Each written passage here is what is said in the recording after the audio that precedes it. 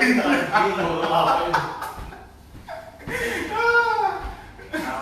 ini masa Agung suruh apa? Suruh puasa, pantang, hening malah ribut aja. Kamu puasa lah? Puasa tidak? Belum tahu, Mas. Kok belum tahu? Kamu puasa tidak? Puasa. Kenapa belum tahu? Yang jelas kan belum makan hari ini. Belum makan bukan berarti puasa. Nggak makan tuh bisa karena kelapa apa? Karena miskin, ya toh? Karena malas masak, ya toh? Karena nggak jatah makan. Nggak makan tuh bukan berarti puasa. Ya, sekali lagi tidak makan itu bukan sakit gigi pun juga nggak bisa makan, tapi bukan berarti puasa toh. Nah, kamu nggak makan kenapa coba? Kamu tidak makan kenapa? Karena malas bangun pagi, ya karena malu, karena sudah gede mau makan masakan orang tua. Kalau saya memang mungkin sudah dari sejak dulu ya, setiap Jumat Agung itu memang untuk saya tidak makan sampai dengan sore, sampai jam 6. Oh, kamu dari pagi sampai jam 6 tidak makan, Iya. Terus makannya jam 6 sampai waktu selanjutnya dari jam 6 sekitar. makan terus sampai kenyang ya? Waktu makannya. Saya tanya, kamu sebagai orang Katolik sudah bertahun-tahun itu puasanya orang Katolik seperti apa sih? Puasanya orang Katolik seperti apa coba? Kalau dari saya ya, ini pengalaman pribadi saya sejak dari ya sudah dewasa. Kalau puasa itu saya setiap Jumat Puasanya seperti apa sebagai orang Katolik? Bukan harinya hari apa, mau tiap hari ya terserah saja lah. bisa puasa. Puasanya orang Katolik itu seperti apa aturannya? Luas ini. Kalau luas gimana sih kamu? Mungkin tidak hal dari sebuah makanan atau apa. Terus? Mungkin Puasa. kontrol diri, perbuatan. Aduh, Indonesia kapan kita ini negara kita maju? Ya anak kita gede-gede gini ditanya, kamu orang Katolik puasa lah? Puasa? Kayak apa puasanya? Itu aja. Apa kayak itu aja? Puasanya orang Katolik itu berapa hari sih? Berapa hari orang puasanya yang wajib orang Katolik itu puasa? Berapa hari? 40 hari. 40 hari. Kamu? Iya sama 1 hari. Nah, itu masa prapaskah 40 hari. Yang wajib puasa itu hanya 2 hari, di awal dan di akhir. Seperti kendang orang Jawa itu loh, awal dan akhir, sehingga dipukul itu bunyi tung tung tung tung tung. Hanya pada waktu Rabu Abu dan Jumat Agung itu yang wajib. Tapi kalau mau sepanjang hidup kamu puasa ya nggak apa-apa, sampai kamu mati kelaparan. Yang wajib itu saja. 2 hari. Ya, itu saja. Ya, Jumat Rabu Abu dan Jumat Agung. Puasanya bukan seharian tidak makan malam bermalam, bukan begitu. Ingat baik-baik, kamu udah bilang pada banyak orang. Puasanya itu standarnya kalau kamu makan sehari 3 kali, pilihlah 1 kali makan itu di mana kamu kenyang. Mau pagi, mau siang, atau malam. Mau pagi, kenyangi ya sudah, siang tidak kenyang, makan juga, malam juga makan juga tetapi tidak kenyang. Mau makan siang hari kenyang, pagi tidak kenyang, malam tidak kenyang, boleh saja. Pagi tidak kenyang, siang tidak kenyang, malam kenyang, boleh-boleh saja. Sekali pilihlah yang kenyang. Bukan karena malas makan kemudian jadi puasa, bukan karena gak ada makanan kemudian puasa, karena gendut lalu puasa. Itu gak ada hubungannya. Ya, itu diet itu bukan berarti tidak ada hubungannya dengan orang puasa dalam masa Prapaskah. Ya, ingat baik-baik. Lalu hasil kamu puasa itu kamu kumpulkan untuk orang miskin. Aksi puasa pembangunan itu dikumpulkan dari kamu selama 40 hari itu kamu sisihkan ketika kamu puasa, ketika kamu pantang. Ketika setiap Jumat kamu itu pantang, ya toh, nggak makan daging, hari itu kamu makan katakanlah berapa puluh ribu, kemudian uang berapa puluh ribu itulah yang kamu sisihkan untuk aksi puasa pembangunan, bukan dari hasil tabungan. Apalagi lebih parah lagi adalah aksi puasa pembangunan dari hasil ngutang. Nah, APP, aksi puasa pembangunan.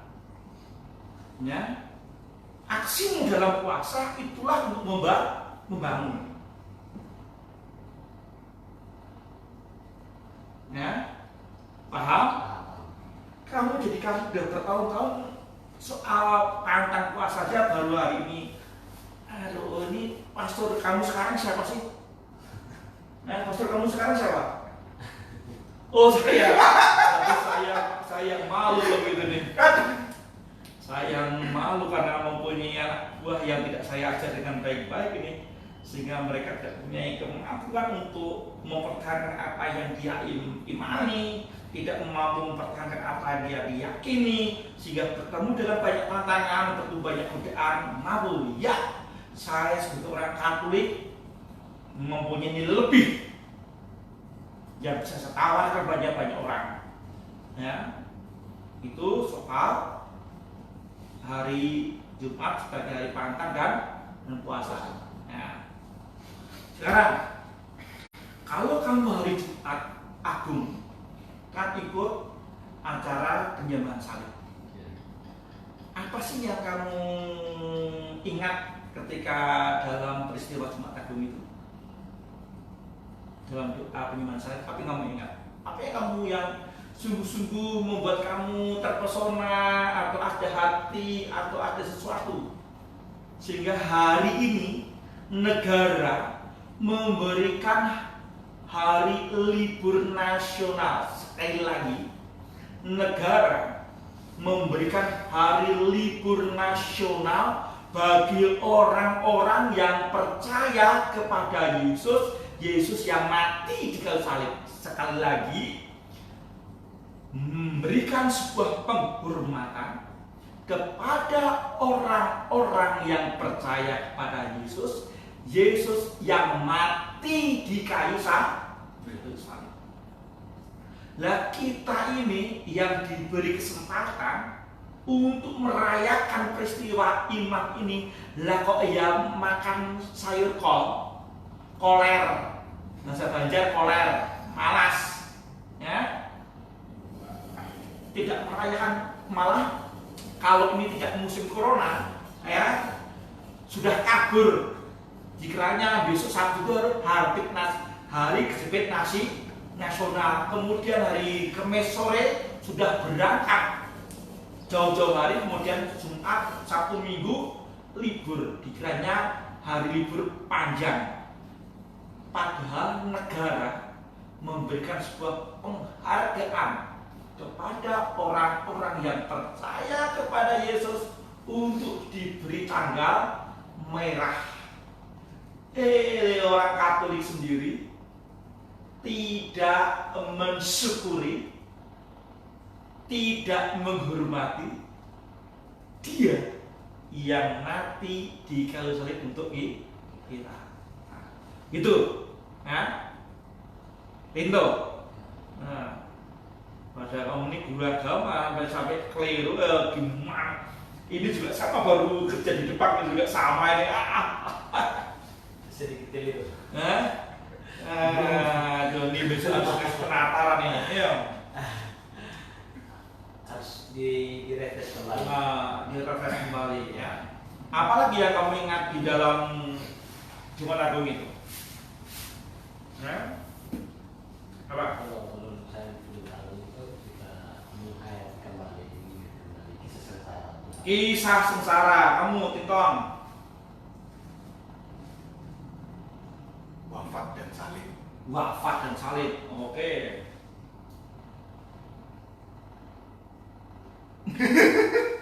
Nggak apa.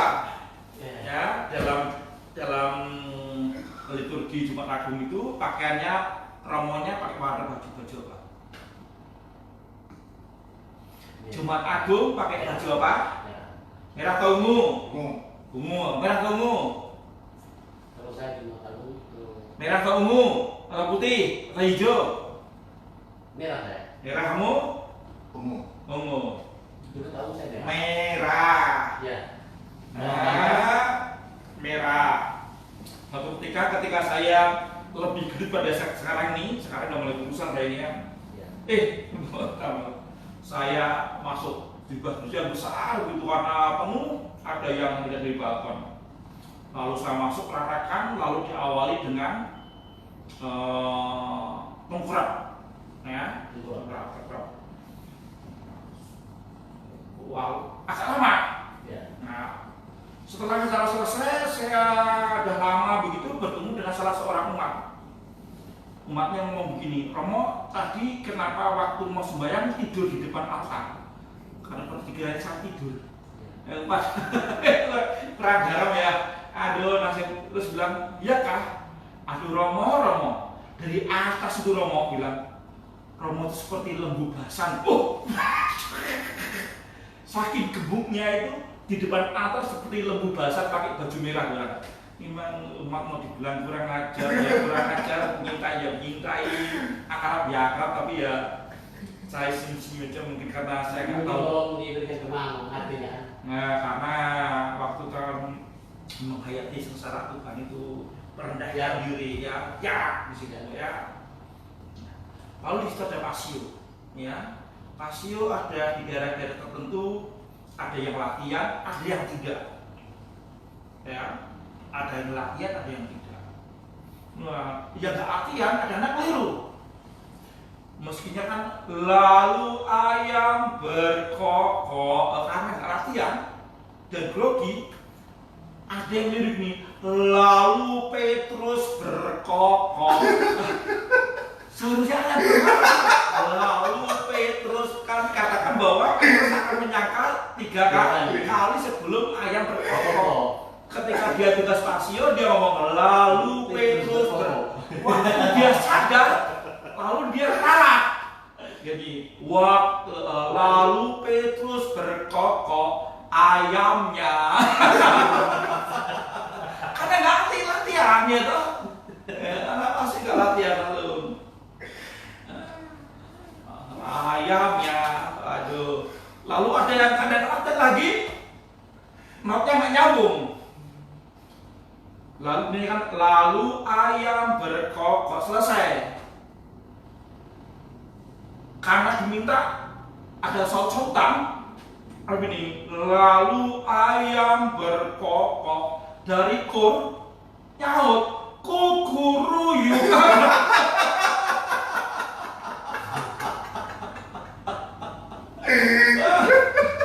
Aduh, saking semangatnya lalu ayam berkokok disaut kukuruyuk.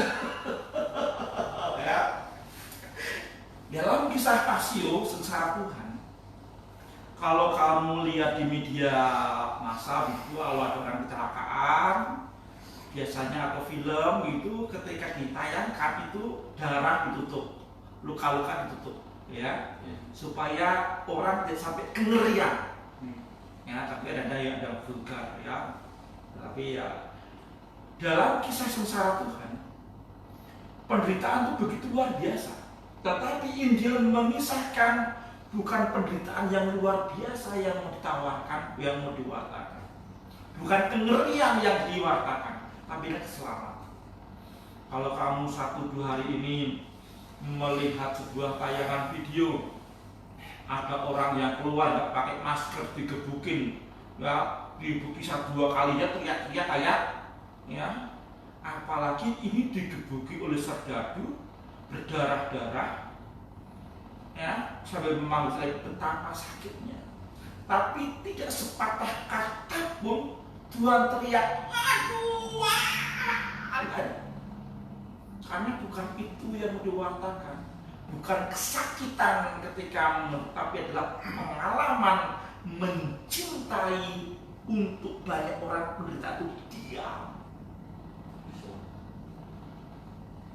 Ya, memanggil beban, mau menebusan dengan diam, tapi tahu bahwa penderitaan ini sungguh-sungguh berdaya guna bagi manusia. Kita menderita sakit sudah mengeluh, ya. Ya, kerjanya panas, AC-nya panas. Bertanya-tanya, rumahnya nggak sedap, sendiri, rumahnya nggak lucu, rumahnya udah tua, kornya jelek, lektornya suaranya nggak jelas. Sembahyang isinya berkeluh berkuasa. Petugas sudah mencoba berjuang, semuanya berjuang, listrik, lampu, AC semuanya, tapi pada hari H bisa salah. Kemudian kita dengan mudahnya mengomel hanya karena panas.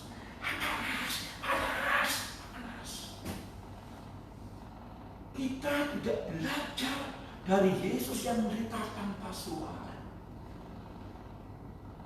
Anak domba yang dipotong bulunya tidak mengumbit. Ya, coba aku kita belajar di situ. Sebuah penderitaan di mana penderitaan harus bikin silih sebagai sebuah sarana untuk penebusan itu adalah cinta yang diam. Lalu kita boleh belajar dari peristiwa Pasio atau kitab suci yang kita dengarkan dalam lagu kisah sengsara. Bahkan ditanya pun tidak ada pembelaan.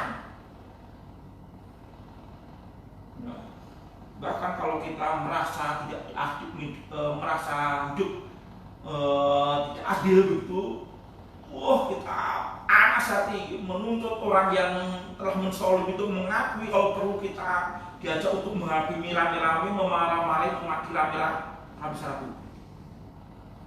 Ya, di orang, tapi kadang-kadang kita terjebak di situ. Ya, peristiwa Yesus yang mengampuni dosa itu belum sepenuhnya dengan mudah kita ambil, kita terima, kita hayati, kita wujudkan dalam hidup sehari-hari. Sehingga kalau bisa itu yang tak terdengar dalam kisah sengsara Tuhan itu menjadi kekuatan.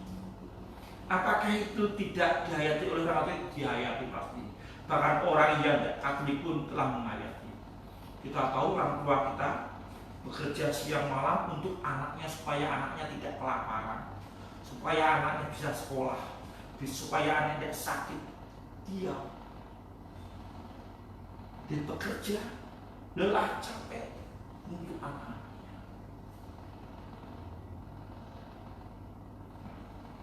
Ada banyak penghayatan di sana. Bukannya soal lucu-lucu.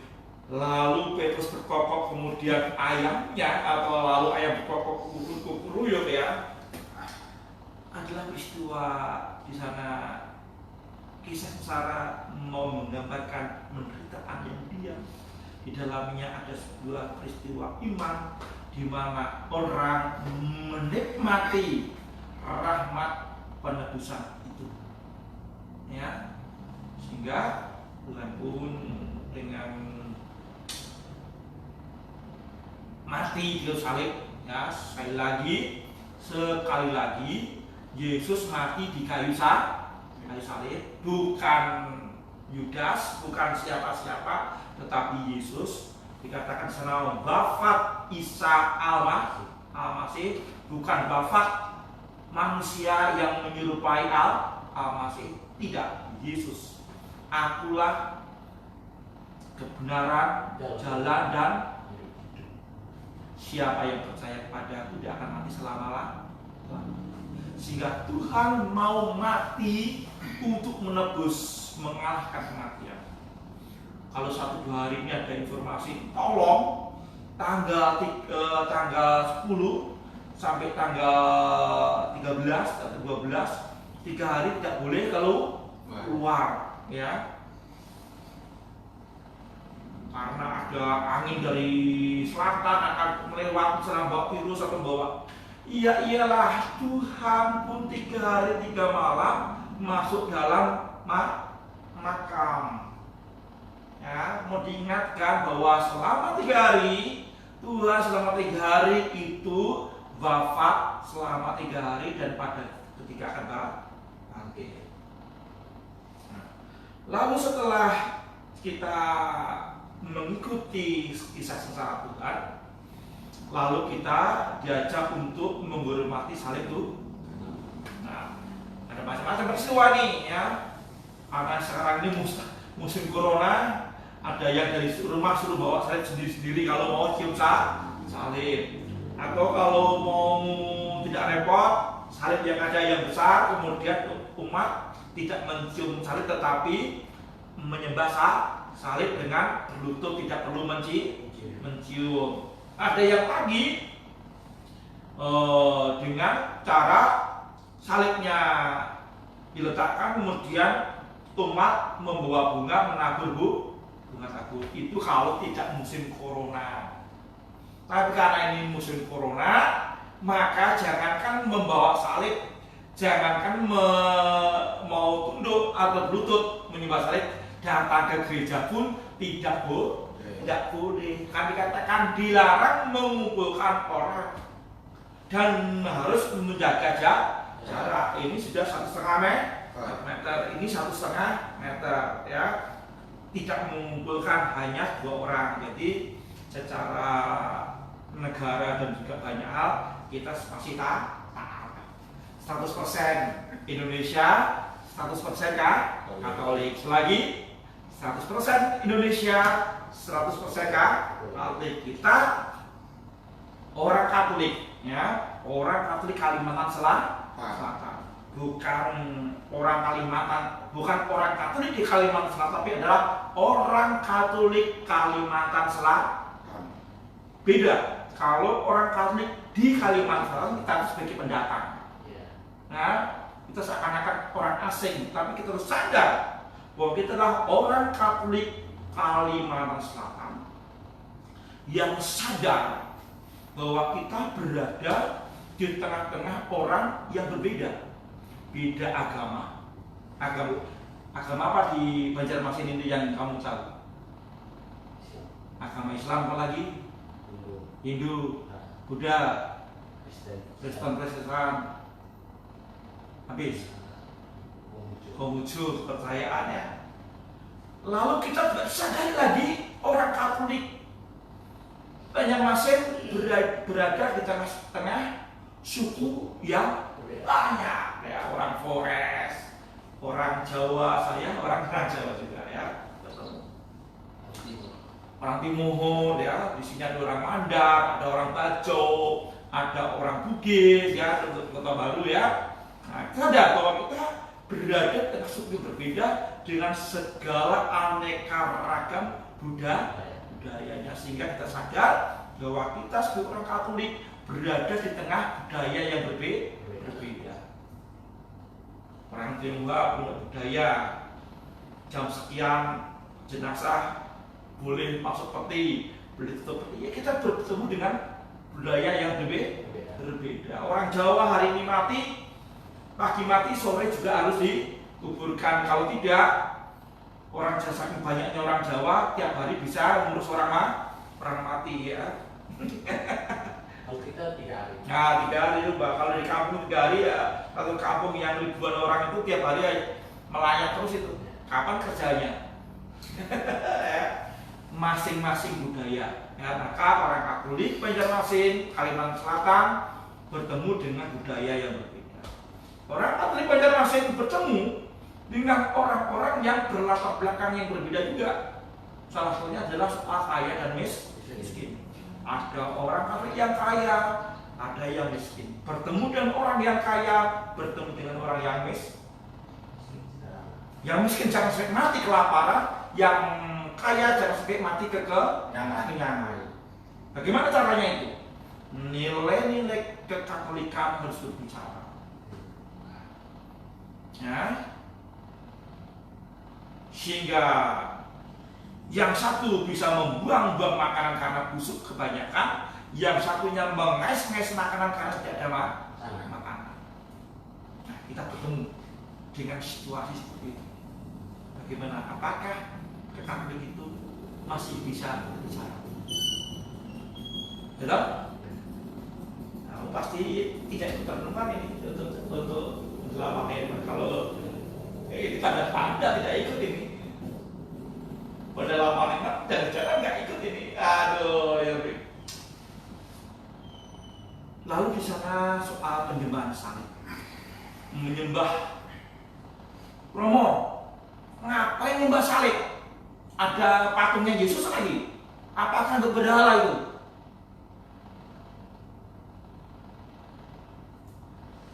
Ketika saya ini jelek-jelek pernah keluar negeri ya, pernah keluar negeri dulu ya. Kemana ya cuma saya ngomong?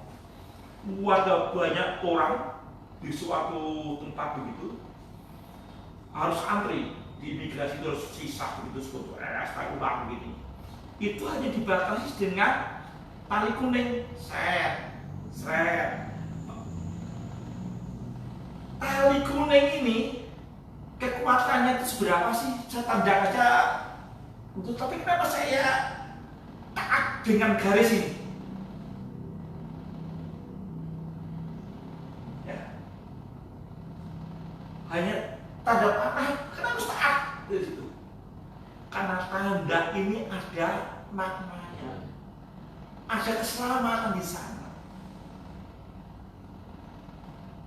Salib yang ada korpusnya yang tergantung itu ada maknanya. Orang kafir diajak untuk melihat, itu lihat Yesus yang tersalib seperti itulah yang membuat dosamu ditebus, penderitaanmu disalib di sana.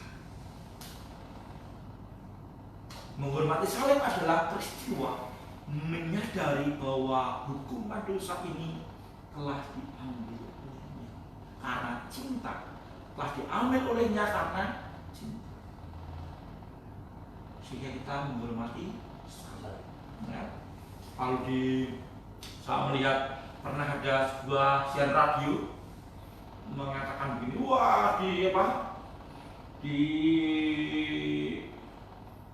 mobil-mobilnya orang Katolik itu ya, pada rosario digantung di situ ya. Wah, itu orang Katolik gitu ya. Fungsinya apa? Pamer bahwa dia yang punya mobil ini beragama Katolik. Kan gitu. Mestinya enggak. Ada yang mengatakan mestinya enggak. Loh kenapa? Mestinya dikasih gambaran orang. Loh, kok bisa begitu? Kalau kamu ngebut mati seperti tengkorak ini.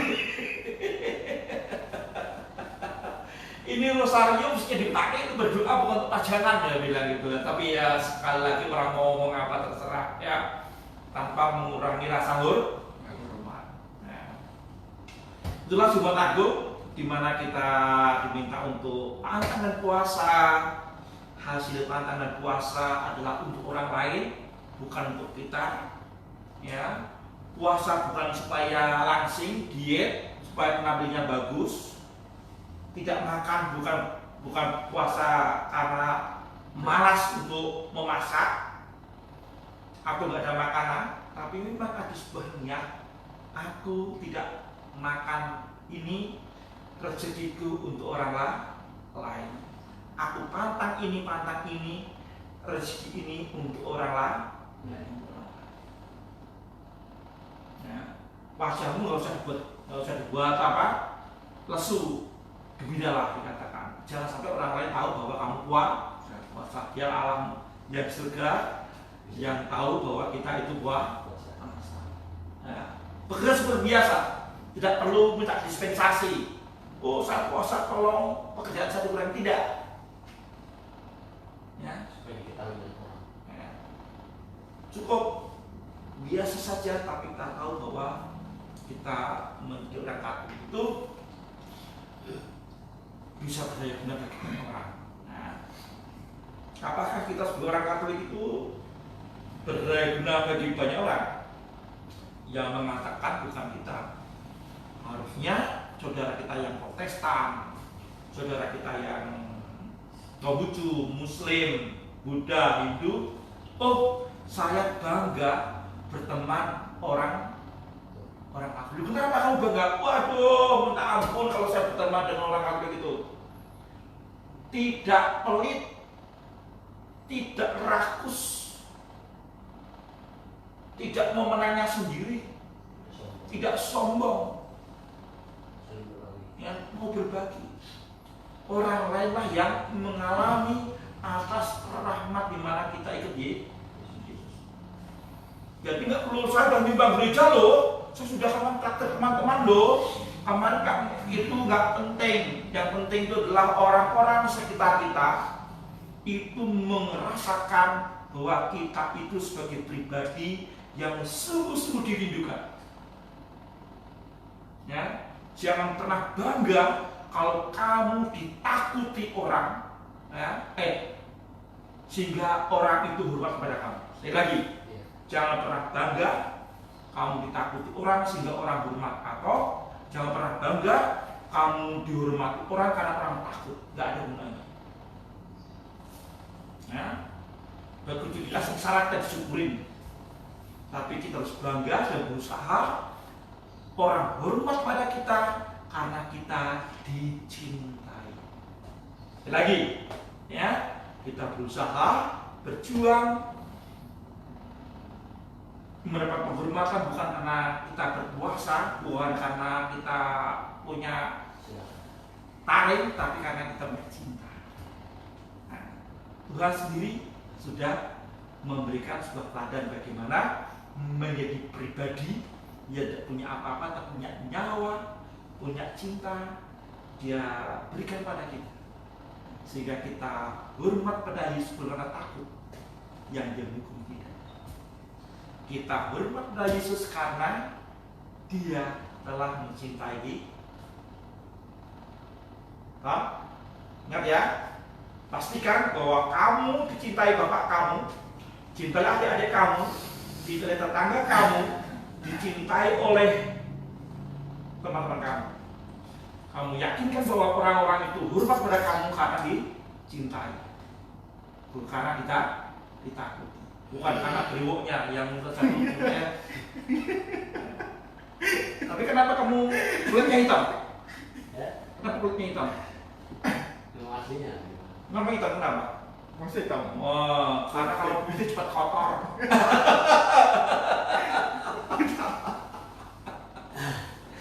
Nah, saya memang bajunya kan bisa kembali ya.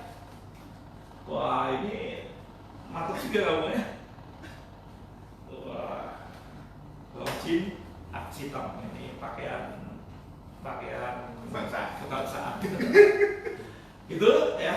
Nanti kita nikmati, kita syukuri, walaupun kita tidak ada doa di gereja, nanti silakan doa di rumah masing-masing. Yang kamu nggak punya keluarga yang merantau ya berdoa sendiri. Kalau mau lihat televisi, kalau ada nyaut ya bisa, pakai radio bisa, pakai teks yang di share di grup WA bisa, pakai HP bisa, pakai YouTube bisa, sah. Sekarang gereja ada di mana-mana, di mana-mana. Ya, nanti khawatirnya begitu ini untuk kasus khusus, nanti kalau kasus biasa tidak boleh lagi. Lalu Romo saya nggak kerja apa? Sudah gereja kemarin di televisi, padahal tidak ada corona ya, tapi karena ini ada corona sehingga gereja bisa di mana-mana. Gitu, Rinto, Rinto, mantap, sukses. Sampaikan salam sana. Sampaikan salam. Sampaikan kepada umat Kota Baru. Sampaikan kepada anak Pemkab Kota Baru. Selamat merayakan. Yang jomblo-jomblo jangan dipelihara. Selamat Jumat Agung tanggal 10 April 2020 ya. Ini tahun tikus Sungguh-sungguh tikus hanya keluar ketika makan. Setelah dapat makanan disembunyikan. Ketika datang orang lain maka akan sembunyi dan membawa makanan itu. Memang sungguh-sungguh tahun tikus, ya, sungguh-sungguh tahun tikus. Luar biasa. Corona membuat kita gereja seperti menghayati tahun tikus. Gereja. Padahal tikus dalam tradisi Tionghoa sebagai simbol kebijaksanaan. Oke, mantap.